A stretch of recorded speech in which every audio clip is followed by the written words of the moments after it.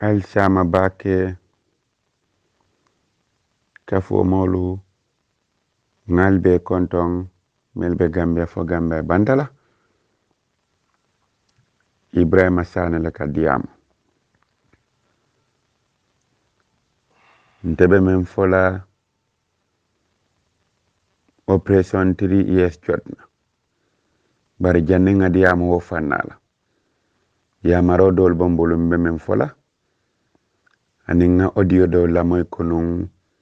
me alon ko so kuta ko la min dara mele audio ni ndada be sirif banenka yalo la min dara me ni ajen ko mo kano jabe nal hakilo ba ka serun wol lafta Gambia nol fayla nyokam ba fin sada ko ako waduta police wol yaate muta bire ya muta mislimol be lore nebe sedare sumuna be jikata sinkalol muna jombo jabila ko mom fenne Karim Touré bije Fabakar Sisi ya sede sankala maro ya sede ubina mule fola foru mokol wo wuluke kilo ni jamme be nyola ko atle duo jindi basse yalo mo manya wo jabila bari ayatule ayatu kani kulun kono bari ma tesi bake wonya because ala wululal tulo balale ibe derin wallahi nte kuma fola ala wululal ma men diminda bari ngala kumola moylu ma ba fo kan doy ko mfama kumandi aynin dinna benin kela ko ni mankudu tewo ni mankudu te ni kudu te iteni fa temo mammen dino ela jumala jiko ba ken lete fa bo dile tela fa me ete wulu so biri woton te nda bala kodo police wol sapitade ka wato men ate sumuna la kutole kono fasinante pajak o kare ka sirif banne ka foye man fenno ite fen keno la bari ala wululali nte fen fole ma men diminta bari alinga fo dinnewne hakkilodo jannin sama ibita mo kan sabare idin diamundi ayatu ala albadin diamundi ayatu abe jam fakanne bari mbe kuma kilin fola Gambia no le mfanan bo fola ben kalila kalaka billahi wallahi tallahi sirif babe jelo kila Gambia be nyala Gambia be jella ka jele ka tambi 2016 la o koyta mal set alala no kama na mo keno woto sirif yaten tonyati 2016 jamila mol wultale sirif bay katobe ke imam fere keno aya kata aya fadala adum be yaje wonyale jamila mole muleke imani ayodu ni bakika ifanga mem makoy fonga tolo woyete neng wala moliye neng bilon sirif babe kunarin katambi kunonna bila kunar katambi kunonna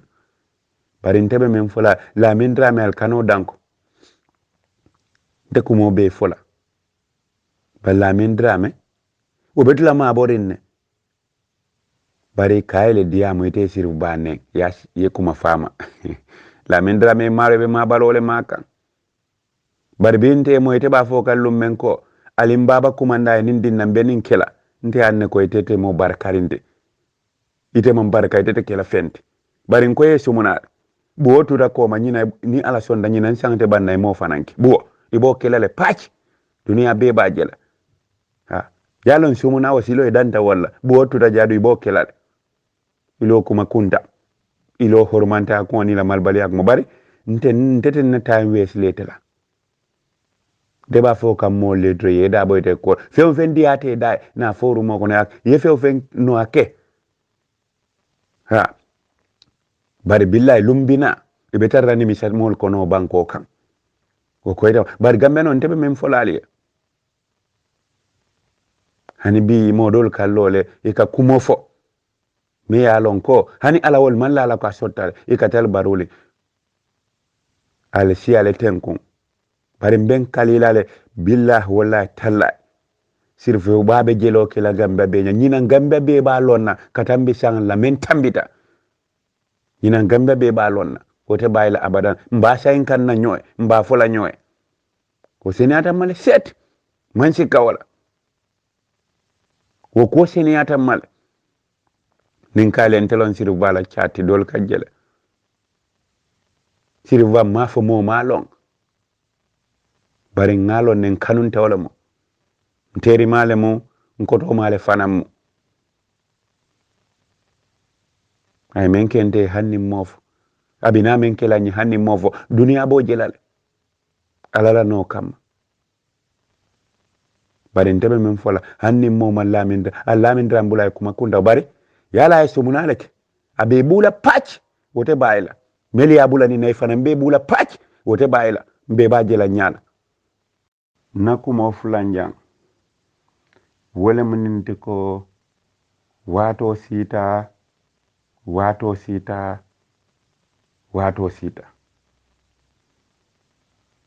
ko ni lumba men yadi mo la karotil tan ni woro alala lunem adun ni yaje nsonta police wol ma kombe dan na jele amanke ko yem forcele ndel yalo nembita kanyame ninga do wutumbe do lola da men tel yolonne nyanta dan na woto wolo adun wulta da ma benta pour ka wuli woto mbali manana ni nako amantin ko telle entel pirese hani ndelle sonta kombe dan na jele dalilo bije mbe dan na woto wolo folo ha alala de maro kama adun tel lafta wo male fangna mbabe kila kairo le kono adu dangnyanta kila woto wolum ngamane kan fo malum fali ya famu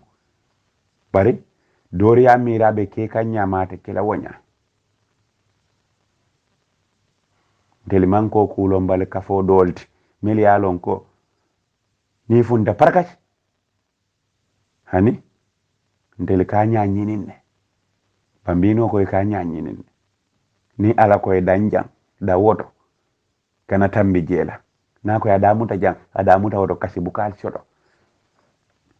nde wala soto mbemem fula mole ko amantin ko yempire sele hani ndelle sonta wo mala adwa nyanta kila wonyale fana mboko en lal kunun nina piaro diamo tale 3 e son la spokesman nka chata janet hanin lanto iboro nge fana na ka chata bari mbemem fula operation 3s molie alal hakiloto pour na melbe gambe nal ni be communicate la ka record ka janjandi alal hakiloto wato mbe sora jawole to maybe amari be kuma kan do fole itele nyanta intelligent la yo draw yo kumo kuntu woto kana funti bari kumo bebe fola bari kumo be manyam fintindi la ndebe na moldan la wala ni me mo kumanda be gambe abe operation 3 jodna kuma kono inabe diamula kana ku lobe fintindi ni man sale be nyola adun kumodo ite ba fasar la nyado ma tonya do fana mbita mira nyado ma atonya so alingan hakilo to to mbele mo hanni na mari be diamu kanne ni bare kol kayita ndala ko be ni dum bare kol kan fa kumodo nata ite fana nyanta woto kuntula akana finti ngan hakilo to kumoto kumo mandiya ndefan kake mollanu 2016 nini be diamu kan mbere kol kan ningaje dula do cika drom mfane ka woto jolo biko kumo be manyan nala santo so biko nite ya bula italo na be danna dame mbal dandarala lingan hakilo to wala nakumo fulanja mbemem folale wala mninti ko kunu na jamme bondi fero men na be alonne moya sayin kam foru mo kono ko jamme ko nte fanan be molle kono meli yala mansi aba nte le yala mansi aba baye nte kanin lon na le fay nyoka atonya bari fo jumale nje barola ni man sha kono mbani lonna fay kan nyoka nga fa ne lonna ma ama nyamme ma bari nin silo baro ngoni jinno le fay nyoka hayla lama nin kola lon bina nyo bunyala ngamira man sha wol fana nyaate dun nante fana nante hani ebe hakke dulante fana dole ko nde fana mo ma balot nga fa juna abuka kumo moy bari tata ma balol le fana ma bara abete ata mbina nyo bunyala le biribe mansa kunda wante te mansa kunda kono wante mansa foyete mansa mbina nyo bunyala le nin kuwolo bina lonna ni ala sonda malon atela moli men no be men kela yetake ko ndele men non tele bo kela ha atela moli tam mol bantele men no ndele bo kela le adu dunia be ba sede ala ala mol tambitale ni mole horoma palaso ji ka kadila horomo fana ci ka yadi wo mol banite hormanta yadi sam nyori wol kan ibe wala nyorle ibe wala murun leka adun asatar ya manya amambe wonya bare nimbete ya tale ba ko lambina nyo bunyala bare nte bal limanan la kuma kilin la ko mbe baro jindi la abe jilal adiyatae abe jilal akuyatae abe jilal nte ole soto mbe men fulale ala manse amba jindi lale maybe dolsi mina komansa minterol ba koma polisol ba koma ba ka wole fo nsonta wala bare ala le bentel koma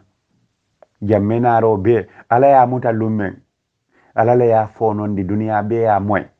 abe menkela barola wole be tammila jammetala be ba sede ala gambia ni koy sembo warta inin ala telala me sangni banko da man barma duwa koto nayi muta e kalon ko sembo mu ala tati ndebe men fo kalen na mol akilo bulata defense lawyer a human right lawyer peacemaker lawyer Yankuba Dabo koto Baba Yangs abe Gambia adu ngasute birin kunun abu kala fika Gambia diun la nya joje amantambi nyato ke makoy Baba Yangs abaraka Dabo Shanka Jula lawyer Yankuba Dabo, thank you very much ngeje video to aman surprise ko Gambia diun la nyanto ni men koy bo talol buluy keji jele mi alonka min kayto jita nimba sumanna nsafo ko ajita university mento asi sanji tansile fo men si ada woti mo fi men mo kayto soto jiwo kayto la anin kayto men jita sanji jamay safo mo fi ne mo soto je bawo university mo jamane no makamo manjije in lonniti ba Yankuba abaraka nyeje Gambia le aman surprise bay kunun beta dadlale to kunun mbota kule kono ngelo dlajele bi ne ngeje lole nen lanto o ten terenna adu ye kafu kono o kafo be luwa sambalal ilafta nyame bay ni ko luwa mbukayte kumandi atel mu luwalete e human right lawyer defense lawyer bari baroma kekun nte ole soto mbe menkela mbe men fola ngada ndarale amamoy bari abete ata mbina nyo bunyala mbina sayin kan na nyoyle ko yalon ndebe men fola wala munindi ko ala mol ni lata ala barote jila ibe menkela ifana yake wala mukumote wala ifisa ni mol diamu ta yena ya foko ten ninten kadu kasiru banen wonten solution te ka baka usnen wonten solution te ka kebal nen wonten solution ngamoy mo kundana lamin dram enko 2016 birimbe jamme bo jindil barola mitin la sirif ba mi korota le kantora sonkunda dia motaje ako barobe kanyela mole bulano ola da fidino wulinde kan barala fo mole bi al fundi baroji al kabe fidino le wulinde ka adum ni ndonon tele nin tale adum ba kanyela lente wala so dombe men fola ko gambia no de memba al tel kan al fundi ale silo be fa tempo wolum bebe kuma sod lale membe sayin kan nde kumo be fola bari bebe kuma fota sod lale be men sayin kan adu nita yo keda dole ben defanna no banyina kan kumande ka vo ibrahima sane nim fole wote bayile bebe kuma sod lale wole be men sayin kan ha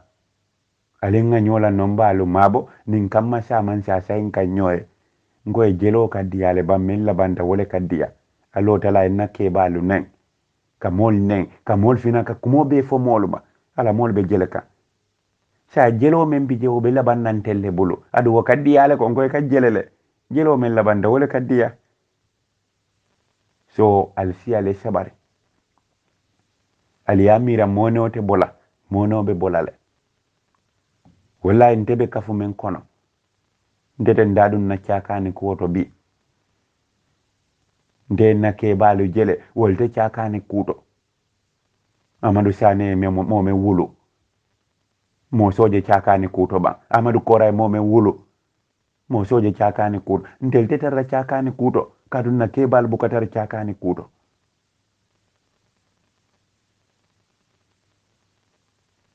nde men sotombe men folale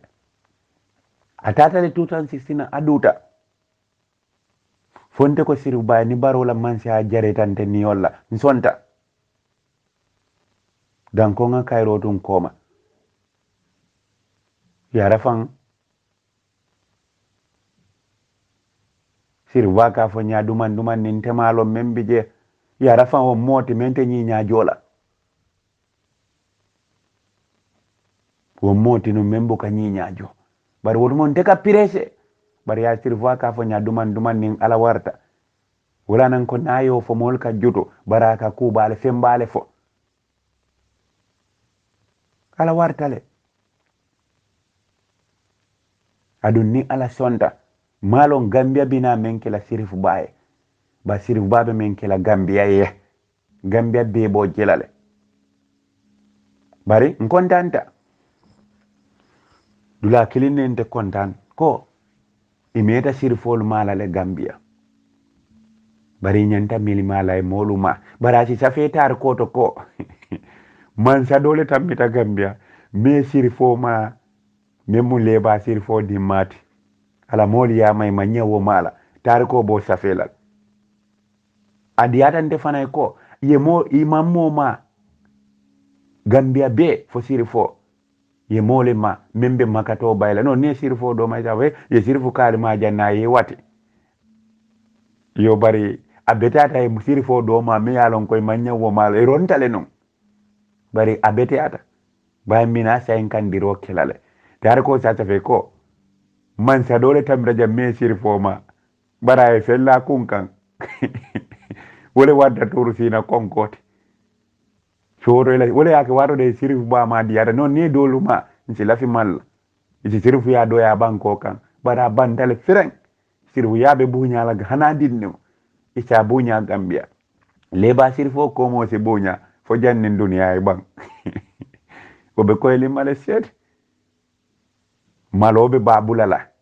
abela la tintola banko be bajela ko malobe babulale ko temi la fan ngamanne kan ne faliye ala baraka kambenolu ala baraka ndele baro sindi jikole kan amoma famba bondilal so mobe funti meto kuoto men bije wo mo ala talete nsobula alama bari nkanyeta le foka ba ala la no kam. Yes, assalamu alaikum, Republic of the Gambia. Savo Gambia Democratic mbe mo be condamné to la ne condamn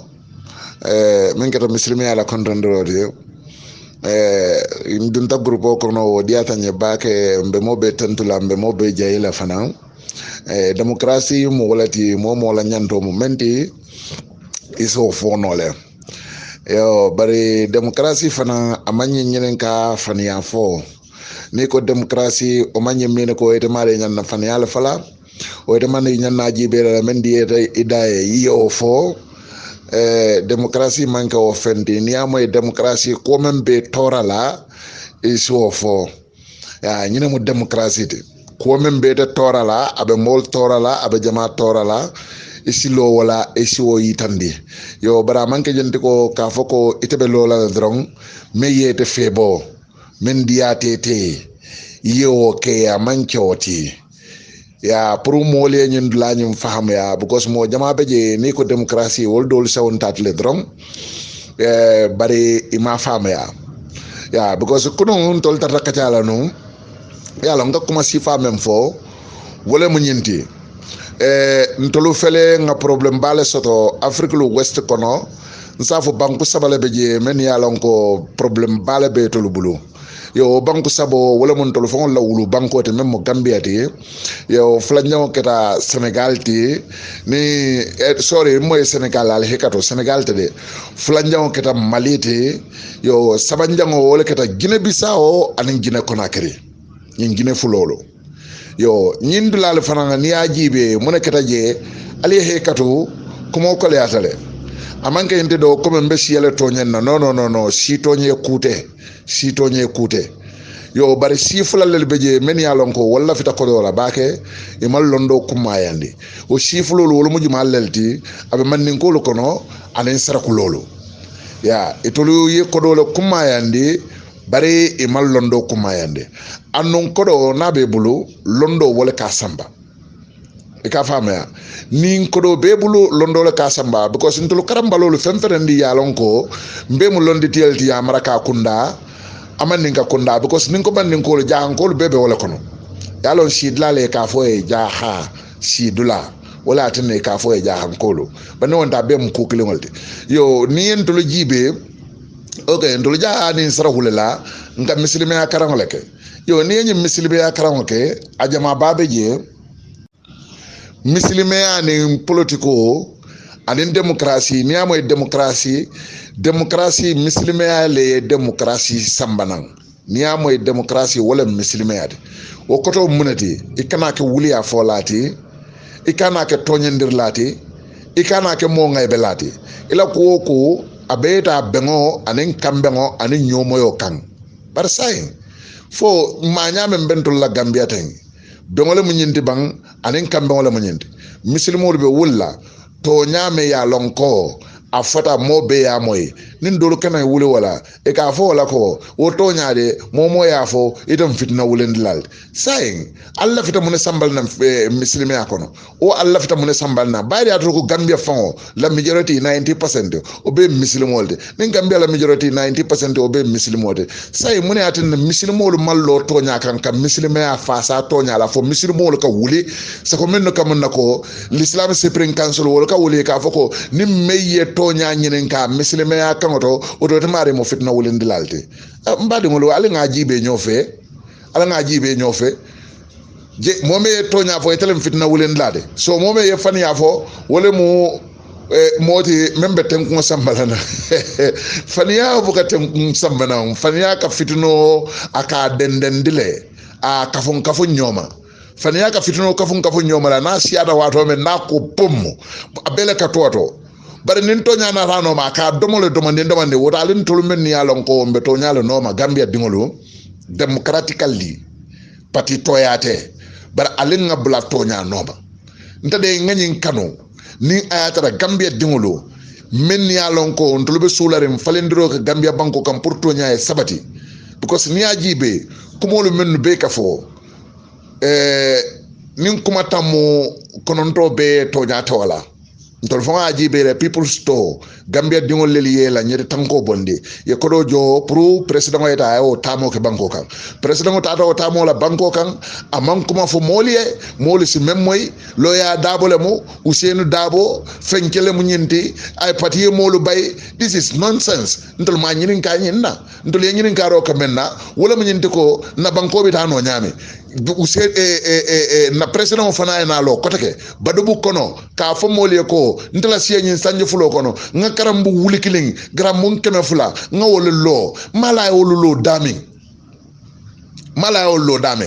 teachers quotas kon nankamo awollo satol bebe democracy group o nyin kono janne ale mewol menno be jam bele be nyin kono baro fo 5 years mbe janne de 3 years jot na mbe janne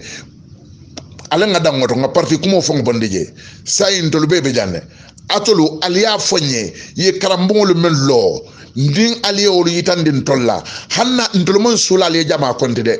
dukare sate keme sate tallulu laftali o konti karambongol lo damen ya karambongol lo damen anda kana ke koko karambongol ti karambongol lo damen aliya fo because ntolbem gambia de ngol baroda mala officer to budgeto men lalaje e ko tata kanyan million keme worawula je gambia senelalo me yalon ko wolel be maralen gambia la ni gambia la majority yamo edron wala mo senelalde e ko senelalo ye men budgeto woliye 2020 kono ko be kanyan ding million keme sabale million keme saba fango mo lati sen yalo mo le buka seno ko wala atana million keme saba ko mo fala ni ngata mo katiyo sene fango million keme sabo hani nyomi nim badi budam masi o bannole bar sayin komen senoto kering moli jigla teta senoto moli lafite ko di la senola annun ka femferen din domo abe mu sene fengol lelt sayin to be senoto no la ji nyaadile gambia ma nyaatirin senola ala nyaabala jakal pacare baro bla taw moto ko menna anaka mano susu aka mano tu kayitandi aba jurumi la do mata fon bla taw moto kon man sa kunda tante woto man sa kunda tante comme o dole na la mol na da Chinese so wala be o dogo ke kan bar fonto la man sa kunda ndol to julu si fata no la ka ta brim bolon kono faye naki msafa faye naki kiana sene ke dulale be mbuluje munante nan tol mo wol provide non na molie pour nga do ko ke je alkata million ke me saba bondi ko nyene mu sen la kote mo be nyaabe wala alko banko kata kuten molu men fana lafita pour ka finti wala nga tonya itandi ko wolu mu rebelol len je molu fana man na nyim fo molu men yalon ko wolel be muslime ya nyaatali wala je atol men be muslime ya nyaatali wala say ntol si jikino atol la nyaadi momo bebe nyo sabo kala pour ko do kal dintala isaje nsi fen domono lafta la nyame gina ma nyaati wa alin kana nyo fe abanko kan alin atili nyo tonyala alan kana nyo fe abanko kan hey nin dolu sondala dol to sonnala anu nameta abina ku dole wulula mallaf menna oto janne o kake man nin ko ni fe wulaye bafa ni etu wulenje ike borle biko e camera to ngofo nan ka bo anoto bayara to ngobuko bo anoto katra sabatri ndink la kelene andu mbe kuma kelem falale to nyamo mente sumanalem ni a nyori atata tilinta char akana labe ko to dot ni me simo jenken nday o man jonko to fang asila kurto sinade ni man nyorala o man jonko to asila kurto sinade woto gambia de ndel mem falale anda malo alanga nyomoy alanga to nyaay tan ni nyola alanga tilimo tan ni nyola nkana foko mbe faniale fasala nyinga mulum fe menna keodo me alonko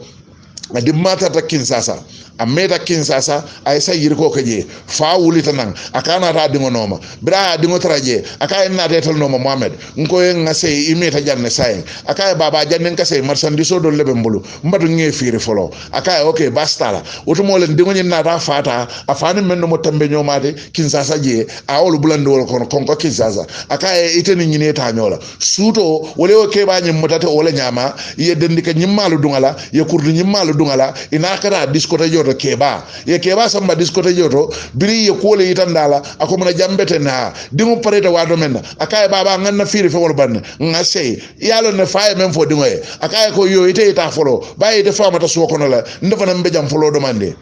ñulla ko mulunta walla barola man sakunda mulunta tol fe walla naye men fo na dafa tembo dobe ako aliye batu domani fonim pareta je nge batu domani isay kanalo ka mole ha nyanda sanyilu lekala adiata meye akuyata meye fondre ye banko dila dia ko yalla ni ngata rebe gambenyola e ka diata meye akuyata meye al banko nima albe banko dila na dia ko ya de men banko dilela alfana ngalenga hakiloto alenga nyomoy nkana ka nyone nada anu ngam fonyo ndirola ngam fonyo nyo kaja fi jaw ku mo folla ne ndiro politiko e ka jibele même wala weak point dolti yewle yitande bari ne ndiro wol ma nyanna tar la politiko kono ala baraka mbali be konto na bake ndolbe mu gambia di ngolede nde bring gambia bring katon fay nak koy nala ni sate sabafo nani nyang ngawlan ni sate sabafo nani nyang ngawlan ndelami ni sate sabafo nani nyang ngawlan yo sayin kram mo lora sate wol mendo dukare mbal danla aliyo kram mo lu yitandina ani lota dame dukare aliyo lu yitandina na aliyo yitandina oto mo minana jibe no la ko aliyo mem foto nyalam yo okay satolu men fana ya lonko wolle karamulu fensita dukare mbale danna karambulu men fensita aliyolo fana yitandinna karambun keme lulo me ya lonko fensita o sate keme lulo o lube gambia dameng ntama wodula le fana mfangoje so aliyo sate o fana yita alimbe mo gambia dingolete nko alenga ku kuntan fo bla kuma kuntan fo mambetea ikaje nin kombita kuma kuntam fo lambe nyone ne lambe na laban na gambia la politiko fon kala hoselin ne boy nañ dem rek boy ni dunta drong ka kodo sotole ni dunta roy ka kodo sotole ikaye ñunu te kulti men yalo beteata billahi wallahi nim men yela kordal lo ali yebbu njangolu lo banko la kodola lumbe sila banko dingol be wullal noma membe kelal bajalal definitely yo bari ndol la gambia man sula fitnola ndolma sula fitnola de bari mo wo moronding ni banko la fengo sunya itata ye bunjangolo loala e sinyi longo ni banko falenda ndol gambia dingolo mbe wale na luala momen so luwa kantano gambia kono ngamira on pati kirene o pati wala atina momantar la firi o pati nyaton kola because ni sunyaro kay a lonne ni kutinyaro kay a lonne wala atina be batenoma kono ko mo kendete ha betenne aka kuru yale ke amam betea asudiyatale ajangayatale ngo gambia ndol bal ngin kala menna ndol bal ngin kala menna kodi war fele kodi war do kuta nyamen be nyaajele meye founding founder meye kodi war do ku wala mo foyte Usen nim foy jumala jangata ibebe kanyen nin kungolale Senghor Leopold Senghor me Senegal la founding father te ay bi jangani Usenu jumala jangata ngo alenga tonyendro bla alenga na mbelo tonya kan nganna banko tamande tonyala osike mbe kairoti tonya député o benfo député bungola ntenga wala kumonyin nga support bakele Gambia e fenjamala soto mineral nsi benno dokuno ndefo jakal tale muna atenna Gambia yela kinyome ya lonko e ka doku werola muna nan tolman company samana pour nga werol doku Gambia bongolo be lolaje mbe sulala werola Senegal bongolo be lolaje e be sulala werola Guinea Bissau bongolo be lolaje e be sulala werola nyimbanko men bebe West Africa jang bongolo be lolaje e be sulala werola muna atenna ntolla Gambia fango jannin to lamman sakunda ke nyatiling mansa baro la office budgeto men fango ko ya lande baro da mala office to budgeto men la ta je donc suma bise suma ndigabe dum ko suma gene suma wene gene suma wibbi mo suma mes ba pare di mo video dama jakarlo ak man nga gogo sa boti di mo video di bus ma wene busi niti sa. At that point in time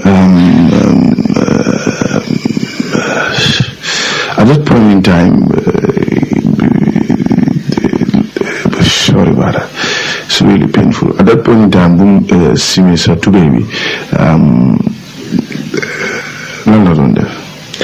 dafa jël loxo bi di ko dugal suma private part bi video loolu tamit non jotutoo video foofu because of moto bi doon di ñëw moo tax moto bi doon di ñëw moo tax léegi after bu mu ko waxee ne ko nañ yóbbu kii ñu saane ko si ginnaaw stade bi loolu la ko wax léegi si la ma laaj booy bi téewoon paaka mu ne ma ndax am nga family member ku la mën a yónnee xaalis because driver bi moo ko wax ne ko nañ ko yóbbu léegi mu ne pour ma call sama family member yónnee na xaalis léegi mu laaj ma ndax am naa ko ma mën a yónnee xaalis ma ne ko déedéet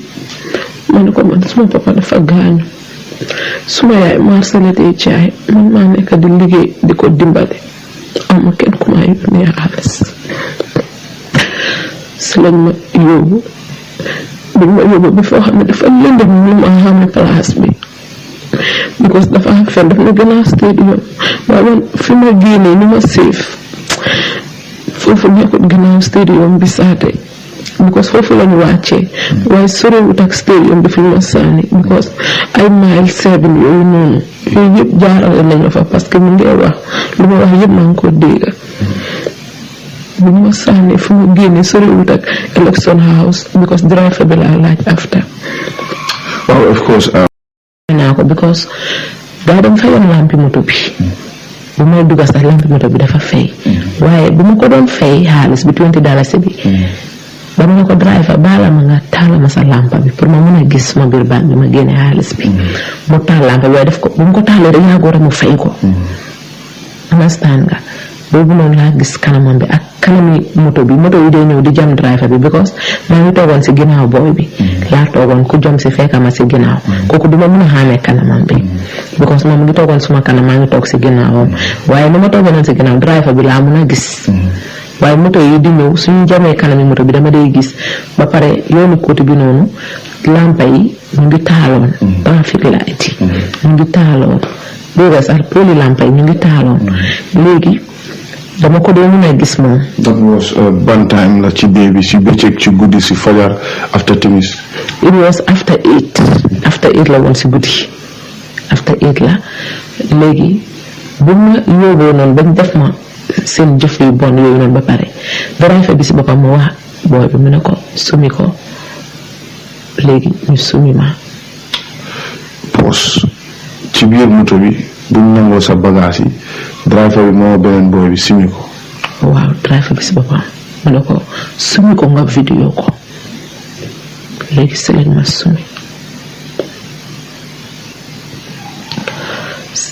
sumi ba pare booy bi nekk di ma vidéo jàpp suma cëri di ko laal di ma interview di ma wax naa ma ay wax ay neex naa di bës suma weeni di ma wax la wax ñàkk fayda amu benn pexe mu ne suma ko defu dañ maa rey te ñu ngi teg paaka bi suma pro bi because boobu ekkati na ma toog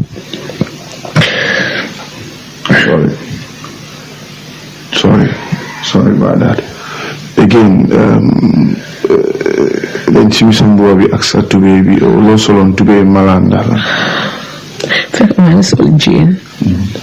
sumi suma sit bi boobu mu ne ko nañ ma wàcc si ñax bi mu réeb ma léegi bu mu ko waxee loolu bu mu suma sit bi rek jël loxo mi di ko def si suma kanam bi ba mu gaañ ma weeyam yi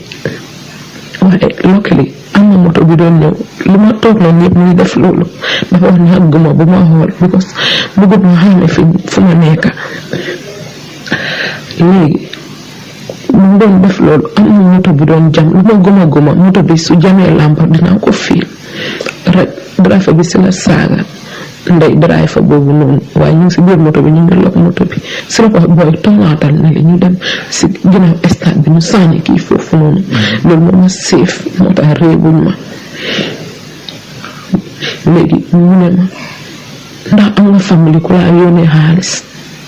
At this point in time, sorry sister, Joy Jaruko, aduna mom danka rek. At this point in time, some boy tamit wàcce nañ la sa mbuba bi yaa ngi ko simi ak yu demee noonu. Boy bu teewoon paaka kooku mooma daf ma puma si suuf. Sànni la sa mbuba bi. Déedéet mbuba baa ngi desal si suma ndiga bi because si bi génne bi ñu yëpp dañ wàcce rek bi si suma ndiga bi after man naa ko solaat bi ma poussé ma daanu moom ti mu wàcce si ne ma jugal ma jóg mu jël paaka bi teg ko suma baat bi mu ne ma bul toon because of bëgg ma gis number plate bi pour su ma ko gisee rek mun naa leen a weer moo tax mu teg paaka bi si suma baat bi ne ma acca fu ma la taalalal nga dem bul toon soo toonee naa la jamat fii ba nga dee dañoo xëy ñu gis sa néew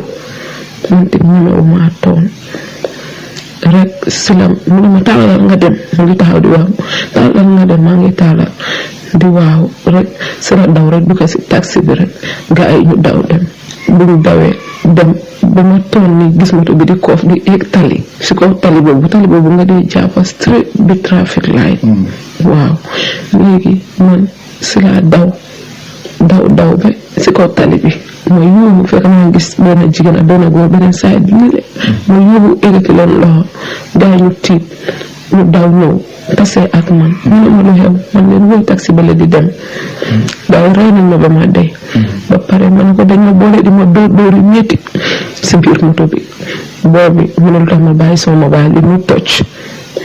because daf ma laaj ndax crack bi si biir la wala si kaw la protecteur bi man ko amul protecteur si biir la mu nekk di ma mbëcc di ma pok loolu tax ma alaaw loolu xappoon mooy ku la tey si moto bi teg paaka sa baat. waaw kooku la moom moo ko def driver bi moom deful dara moom mu ngi driver mu doon wax pour ñu may def yenn yi moom mu nekk di def moom moo doon operate.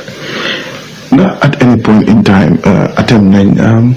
really simee nañ seen tubéy yi pour jëflanteeg yow. déedéet jotute suma tubéy bi because of driver bu doon ñëw comme ni ñu ko expliqué loon si ginnaaw rek kooku moo tax ak ñaani kilifa moo ma sowe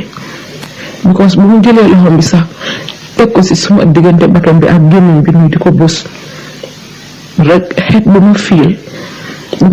xeeti jigéen si loxoom bi kanami jigéen buy xeeñ ndekete yow man balaa ñuy ñëw si man dañ njëkkee si benn jaaxi tubaab kooku maa ko mag sax ñu yóbbu ko moom lañ njëkka jàppa ñu yóbbu ko Bakaw si garden bi ba pare kooku dañ ko réeb sax ñaari liyam yëpp lañ ko réebee si kanam ak si ginnaaw yëpp. bu baax baax ci audil bi soo amee looy dénku nit ñi ak nguur gi ak lan la moo nekk. lu ma am pour wax rek suma mbokki jigéen ñi laay njëkk a ñaax ñu bàyyi seen xel bu baax suñuy dugg taxi rawatina ñuy xëy fajar di dem liggéeyi parce que soo seetloo last week rek dégg naa di seen place fu ñu wàcce noonu benn jigéen kooku seen morom yaay la sax def nañ ko fa te kooku dafa jógoon dem di daan dooleen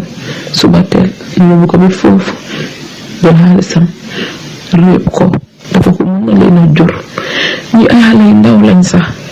maa leen mag fuuf soo xoolee seen sorry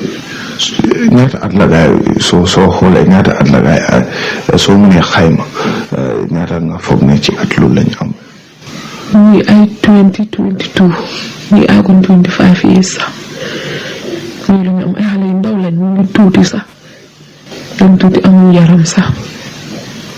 ay xale yu ndaw lañ ñuy sàkku seen morom yaay yi seen morom yu mag yi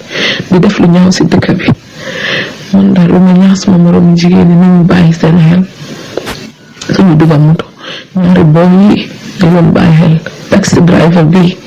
ak booy bi muy àndal ñu ngi def jëf ji ñaaw si biir dëkk bi di yaaxa dari taxi driver yi fekk du taxi driver yi ki nekkul taxi driver daf koy mbubboo rek pour yaaxa dari taxi driver yi ngeen bàyyi seen xel sa rasta la def si boppam bi daf di sol kaab booy bi muy àndal booy bu tuuti la waaw seen kanamu moto bi dashboard bi ñu fa dal kapet bi top wise bulu si kanamu moto bi ñu fa def ay bagage ba pare si parablis bi ñu fa tay ay bagage yu bari sax man mun naa ko recall bagage naka lañ mel su ma gisee dinaa ko xaame waaye ci wàllu nguur gi tamit lu ma leen di ñaan nañ dimbale jigéen ñi dañ néew doole amuñ doole nañ jàppale jigéen ñi sécurité bi ñu def ko mu taayit jar na sax ñu dem foofu di fa def seeni checkpoint su ko defee waxuma du amaat wante dina wàññeeku bu baax parce que soo xoolee ginnaaw stadium bi kees yi dañ fa bari trop bari na fa trop dégg naa si yu bari si yeneen audio si WhatsApp bi ba pare di ñaax roxeloo di ko ñaan comme que moom moo nekk di first elected lady as a mayor moom mu ngi taxawal jigéen ñi bu baax nañu jàppale ñu gën a jàppale lii na si taxaw dimbale ñu ak Antu Adulet Si moo nekk président of Sénégalo Gambian Women's Federation anti adu alfinti mo kana mo ne alfinti albe albulo wulindi baro ji adalilo menti wala minti ko adama baro atele carte o nyini mol bulu sangi saba nko alinga tonya fo moli mbadi mo alin kana si tonya kan kila ko man yu'minu billahi wal yawmil akhir falyakun khairan aw yasmutun ni lata alala ni alkiyamo lulu ni be tonya fo ni te tonya fo le dey fabakar badi mo fabakar baro dira findi da sangi sabal nyini mol bulu mama kande sangi lulle nyini mol bulu ya jambe sangi lulle nyini mol bulu bar moli e bang mama kande ni ya jamme talal far adama baro anala molla sangi sabo ya dila walla wobe kala lumi albe minne munana wolal ma fa hanide constitution ma nyimfo ikay men foko ka foko constitution ni molla findo kamundala ko farro de sunno mbadi mo kafaro nyina ala bulu ika kulle misali min mankiliya masatalla ba fola nyaadi ko alqur'ano kono ko alislahi do timmandi tuma ma allahi do ta yaaja safere min tole masatalla ko alisa sayen alla bulolla afonye kila sallallahu alaihi wasallam anin jamfantel me ilahi do siti anin dol me ilahi do siti ilahi do timmandi ilahi do ka sayen ne ban fo ka fole ban ika sile ya diam geben kanna badi mo ni albe diam la dinoto alalo albe men fola alalo albe men fola adama baro bi hak momo ka fasa ay tambi sangi sabola wa mari be junube barolla kandu kam wole yamar men kay tandala ko ale men fo kana fale fenna continue la ni dia kan anim be kuma kilim folali alsal hakilo to ala man tangal ala kanake buray bando ala mo fonni sere man so dala tawakkala adama baro be dan sangi sabal bari ala men baya ta dan male alon jallan jalaluhu ntol ba dan na dron ayma koy ni masake jawo men be sirina banko na fulo kunto ay boji ni adama bara fam forcé ni sangi sabo ka tambita sangi fula koten nala te do ku nola nyata sumayala ala man kisino man so man satala alqur'ano la itrada alayhi ala ko wal mufuna bi adihim ida ahadu allah do timmandi tuma lillahi do ta lahi juma min beni ala tema lahi juma min beni ala la jonglu tema kila sallallahu alaihi wasallam ngila mala daji koti adama baro la kacha to man tonya sorge adama baro ade nyola e jamfale adama baro na kacha ta bi soma abe men fola bi anin soma men fola man kiliya annu jamfantele mati amanke lanna moti womo ala na ta fonni sirantol ma adama fa diamundi ko sangi sababe gilale adama fa wala lota foy nyama adama jetti fongo kono television kono video kono adama fa jaatole be lorabe diamula mo dala ko sangi sababe gilale journalist jelle adama nyininka ko sangi sababe gilale sayin jumale tambita wala ya jame tumona ba fala ko adama sondala en boyndile fa sayin ne ba ata yaaje mi kilewna murta ko amman son duniya mole mune fay mo kendol ka ko hanide ite fongole ya foko ye boyndile sayin jumal tambita kuma kan mi ala bote fongol da ko mo nyaabele ba fokam atolle be fitna mala bar wallahi halka fitno men kurkuru ala ba murunda tolle kan to nyandre modu walla duwa tariyata ala ya kajabe ala ko alka mol men tonye ni wole ndani don kasan ila duwa ba kala duwa kada sanka bokan sandole fedde je fuka jabi ala safa wallahi nakallan kyani na bunya kan mbalen duwa jabi wala bada hin hanni wati ala al hakilotu nalika femuta baro bulu ala lon ko alkiyamolu wal ba fono lale albala ala le sañol kandande alena ali yafo gambeno len tartaw diamo menna ngayin kolole muta wala nambe diamo kan afele mbe ñinin kala baro kañi million men janjante ite ni badi manta loptano to ifo manta loptano bari bango kini ñol tar loptano to le loptano mbe ñinin kala boro be loptano to le ba talibe kunda ñim momeni alala kitabo keta meni annabi mol keta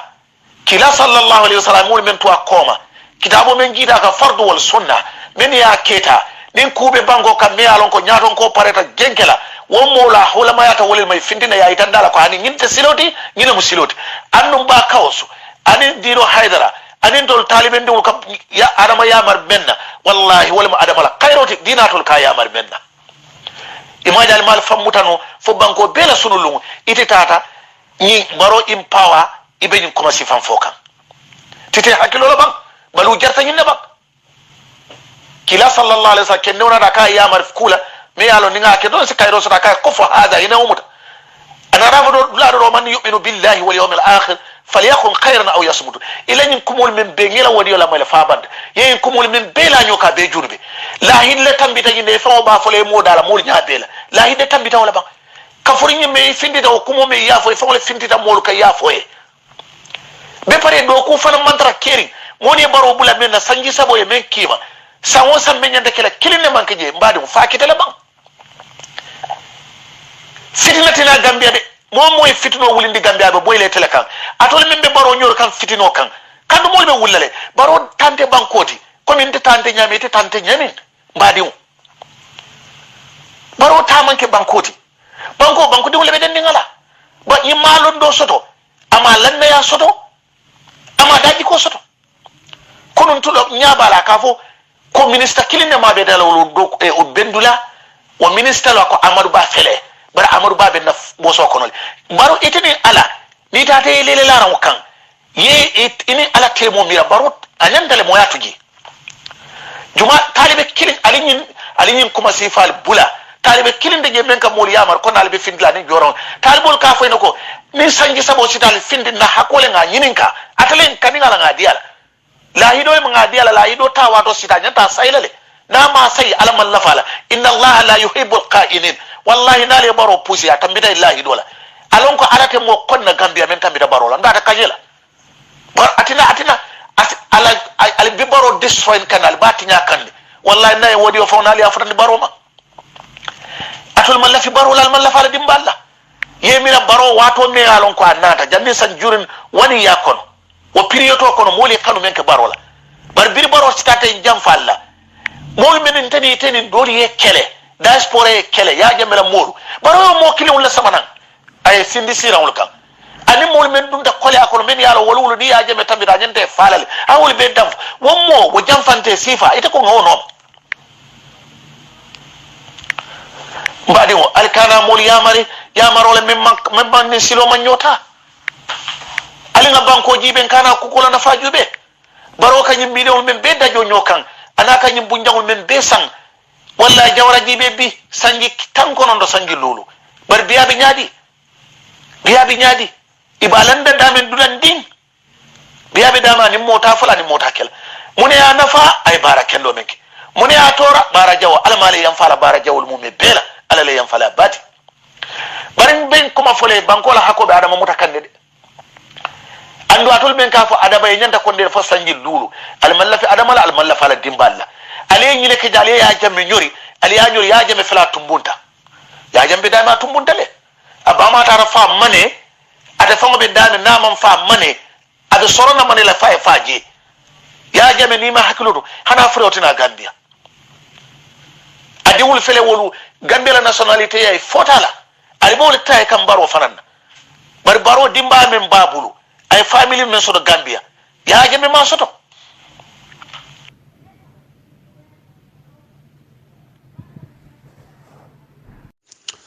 assalamu alaikum wapa fuladu PDOIS alnal badima Umar Demlo mu koteke nga mol be konton nga gambia dingol be konton mo moto na konton be duwala fo ala simbe so sima anin jata kende anin harje firim anin banku sumuyarin banko men sita nyato anin alasin so nyaton ko la menu jusolu foyata fo ku kolengol be si kunno ikono pour ila nyaton kaya kan isike munyalalti yake sabar lalti yake molti men yalon ko isi bala fa soto yemenu nyaton kaya allahumma amin awa badi ngolu gambia wala mun tol be tati to gambia dada ntol be la do ko o kamala banko warata so much adada te fono la kacha koma sonko nin kelo wo buka banko dada aka tele bari ni banku dingol kachata inyo kachandi hakil ma yala nga nyo lamoy hakilo la fana manyo lamoy jusola dada rosi kunno wo konole kunun diamu kanjang nendirol menno keta UDP la nyaton kola amunta ko ngam menu be lamoy PDOIS la different forum olto ibela ni kuya itandi me ya kendi o nendiri sifal kata UDP la nyaton kola woto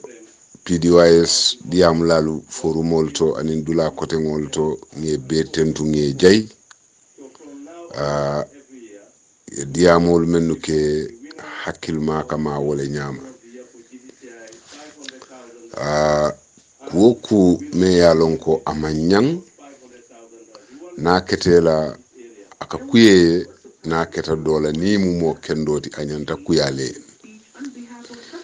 waya kending doyin ko aka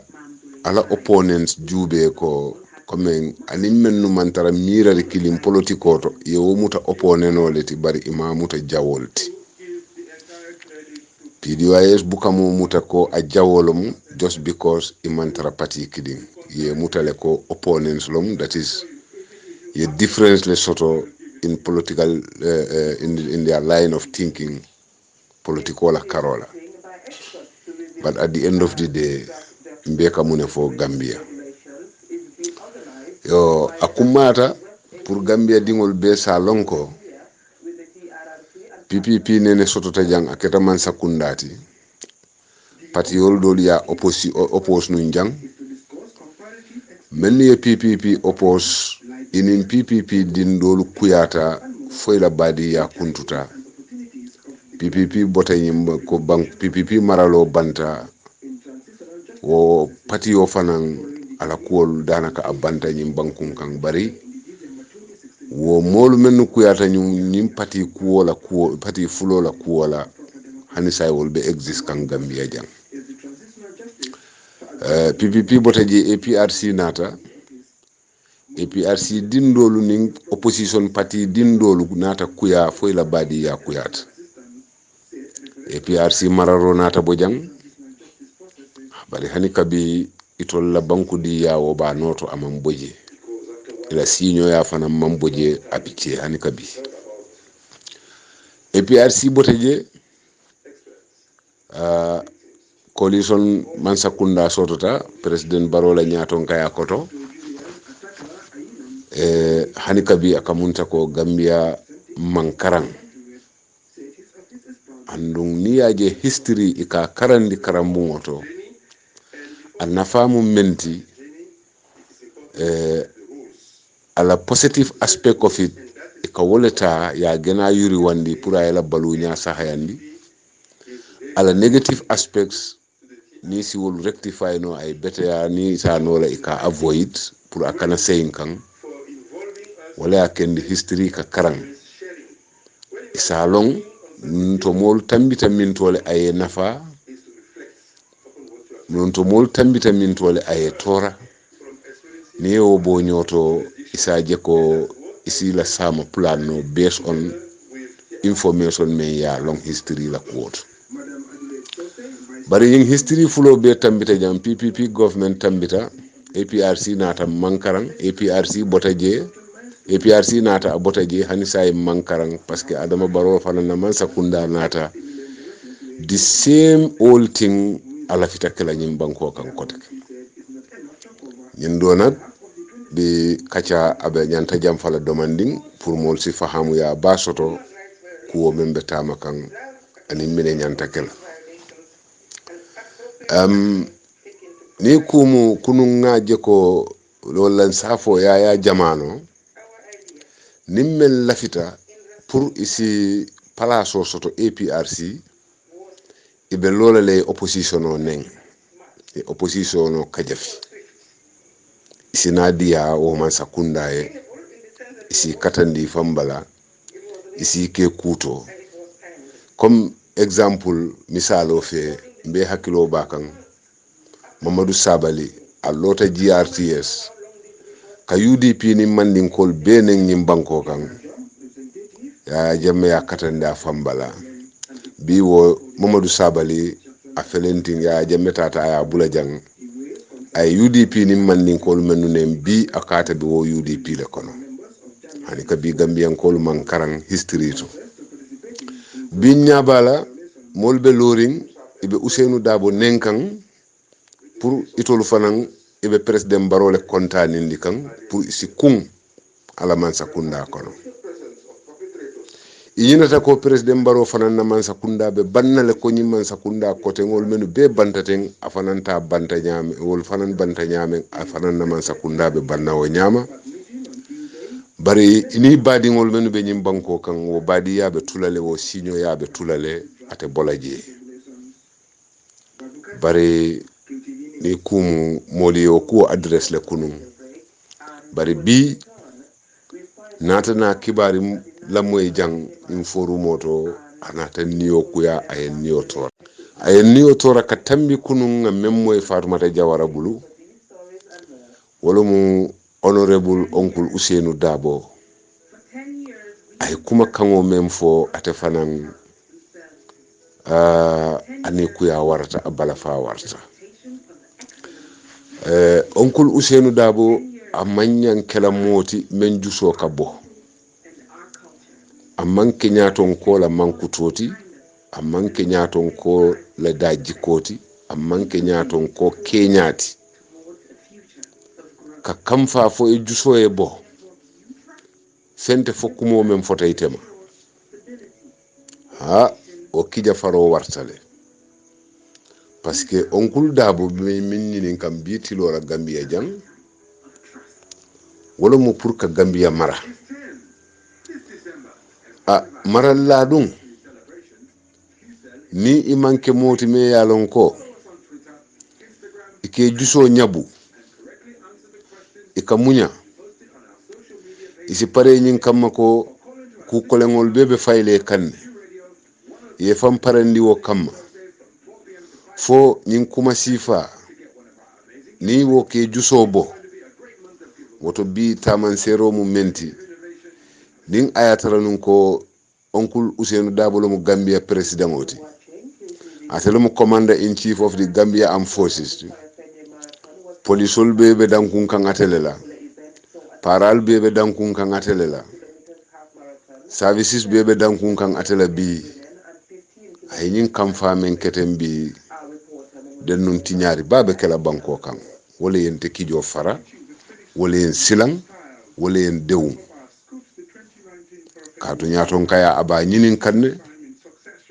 alale yalo memba sotola ani menta sotola andu momo lota iko ata sotola ibe ni dia kumole fo kan kaatu inin ala mafu ala be menkela alale wolo bari nak ni ala tata ke aketa ñaaton koti banko kan jang ha obe dangerous la bakele ni ayatara yin sifa lum atiti ntulo ya moya ko siyaka jata akuma te badi ngolet nin ayatara woyate ni okuyandi teng akoto siyaka e pare siyaka e fenno pour kate onkul Ousseynou Tigna ayake ako barate paretale afana e fenno pour kate siyaka Tigna afana mbe o kalale onkul wo kumo sembo wartale wala kendin ko ni atara bi woto itelum commander in chief of the Gambia Armed Forces bi den nun ku jawbasi la fikala nyim banko kan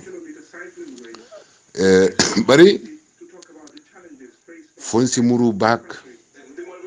na history na sata mune ya kendin onkul Ousseynou mafo ala politiko katu momonding itile la furundingo jani nyalong bari ala politiki nya akaba kuyata silande akaba kuyata ndolu doyin kolu sita janne nga UDP kolu moy ko Halifa Sallah manke muslimoti abuka sali ntol be nga moy janne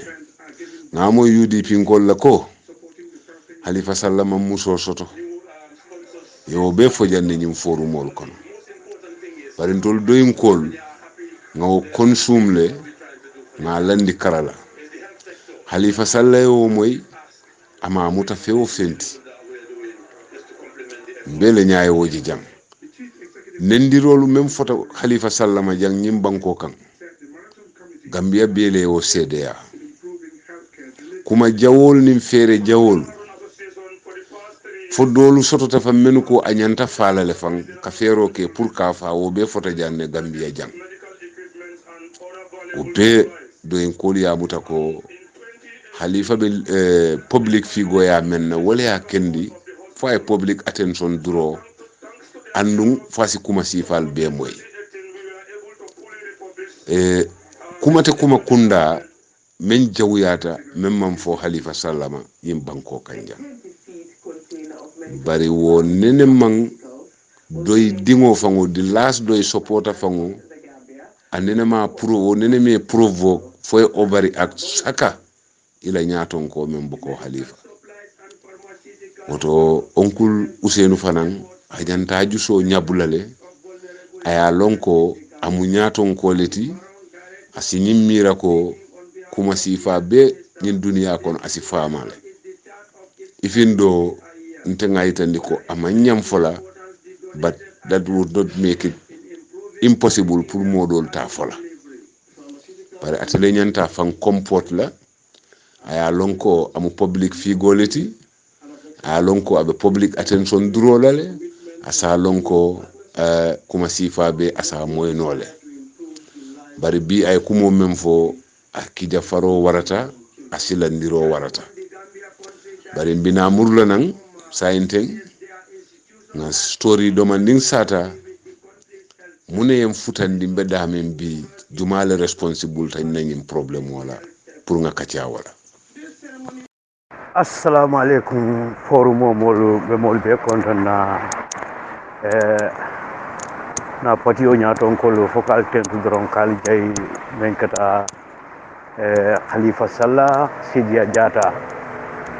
Suwaibu Touré anin pati dum tomal be focal tentu dron kal jay Allah kuma kan yimbala surtout na kuma la jatol ha ninga audio la moy ninge la moy nim frata Umar dem la audio ma dron ha ningo la moy dron ngal la jebe ha ka to ngalon ko ay kumo men fo ate tambila wala ha kumo ne dum yo fo Umar dem foke tentu dron ke jayi wallahi ila audio ninga moy wato wato ko kontano ni sewo ha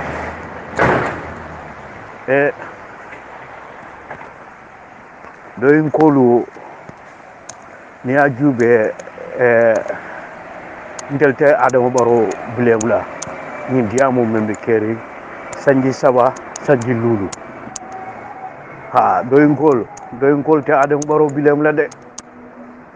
ni sanji sabo ani sanji lulu membe keri momondi ni Gambia diwla moyti ike la moy kuma kan la imari yal nako ni sanji saba ani sanji lulu a problème o commencé ta min toto Gambia kono bi be yo lonne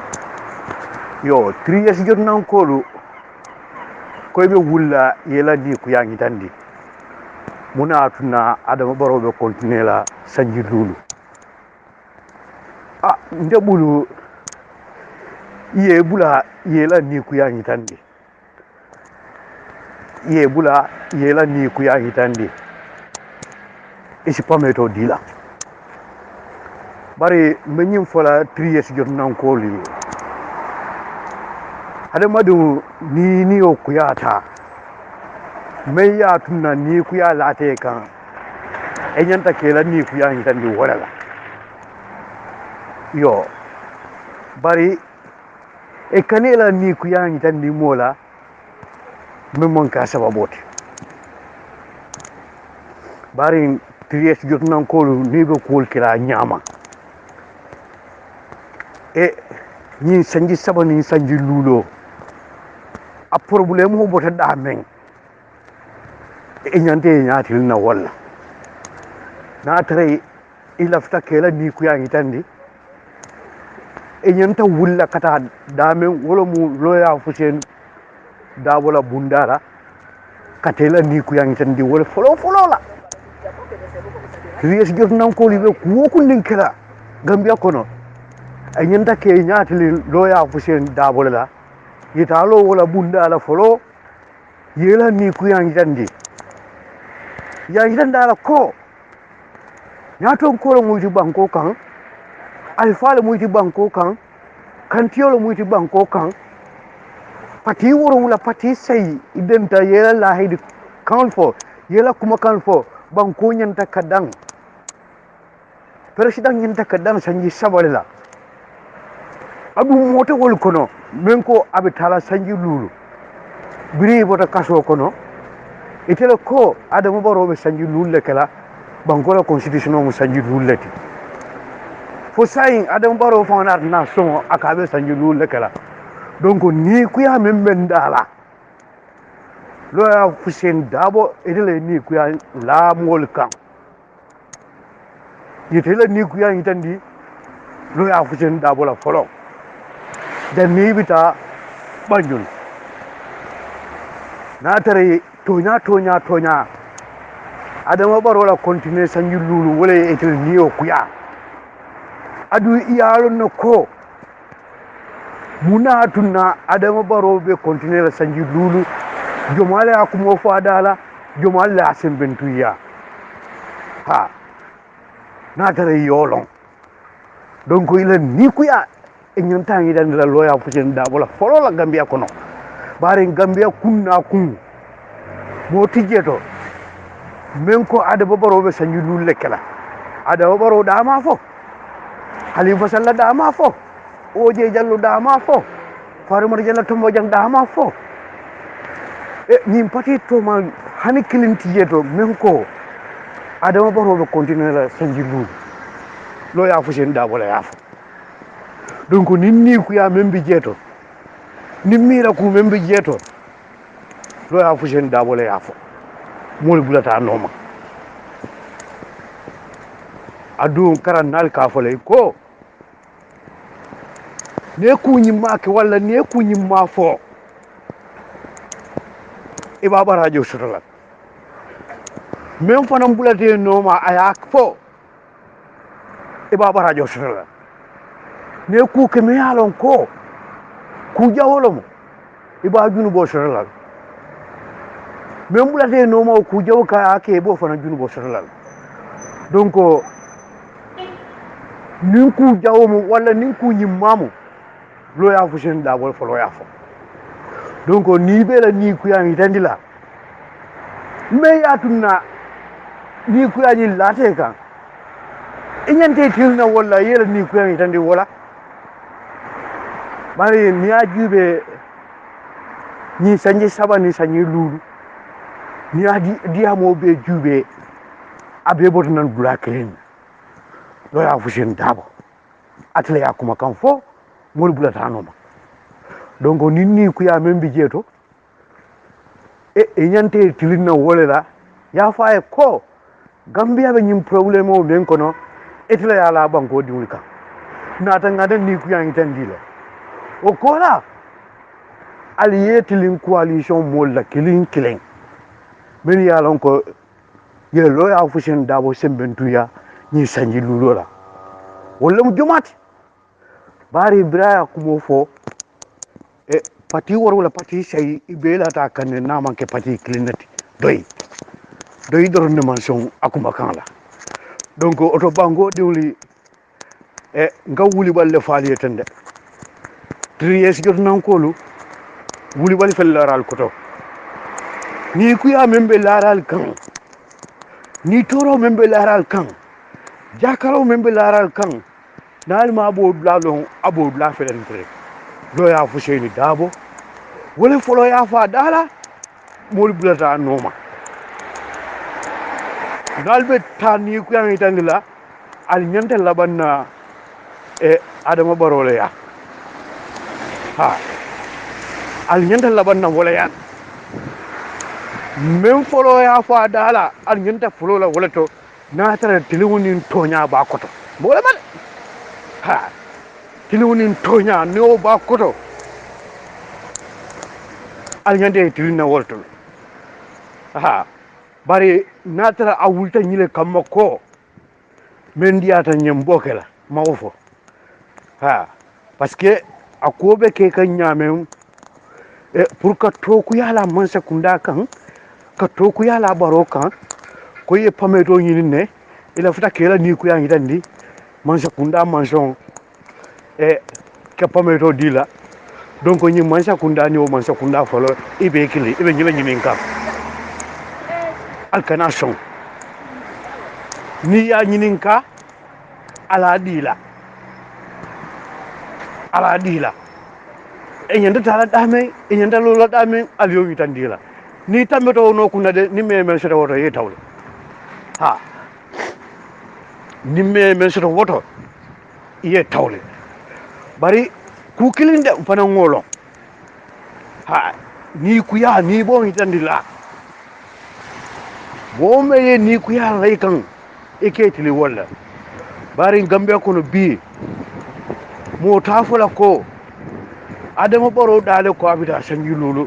biri ganyeta mo to fonola mo ta fonola ko halifa sallallahu yafo be ha moyde adu be ya gele dabo atela ko bankola constitution mo sangi lulleti adama baro be sangi lulle kala pati to mal lata kan na manke doyin kote donc tries yot nan ko ndesi mune faali he hade madu ni o kuyata tora late kan mi yale kan ike nyaateli wala ite la ni tiro ni tan ni wala ala bar